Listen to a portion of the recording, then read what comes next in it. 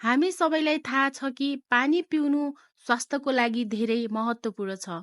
तर के तपाईँलाई थाहा छ पानी पिउने सही तरिका पनि छ?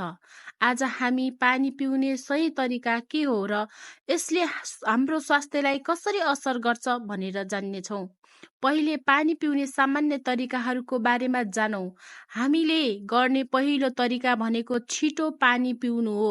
तर के तपाईँलाई थाहा छ जब तपाईँ छिटो पानी पिउनुहुन्छ त्यो तुरुन्त तपाईँको पेटमा पुग्छ र तपाईँको शरीरले त्यसको पूर्ण अवशोषण प्रक्रियाबाट गुज्रने मौका पाउँदैन।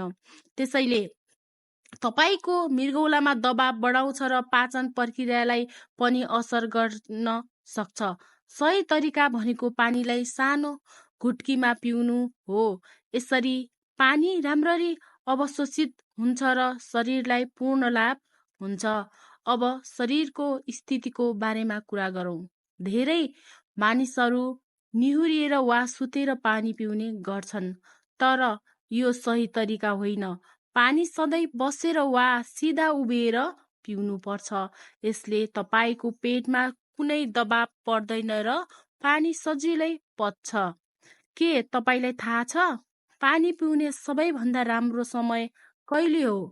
खाना खानु अघि वा खानाको बिचमा पानी पिउनु पर्छ। तर खाना खाएपछि तुरुन्तै पानी पिउनु हुँदैन, किनभने यसले पाचन प्रक्रियालाई ढिलो गर्न सक्छ।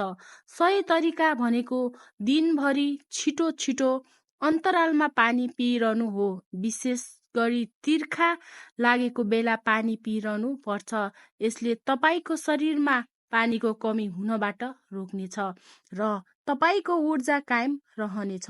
यदि तपाईँ व्यायाम गर्नुहुन्छ वा कडा परिश्रम गर्नुहुन्छ भने बिस्तारै पानी पिउनुहोस्। अचानक धेरै पानी पिउनाले तपाईँको शरीरलाई हानि पुर्याउन सक्छ।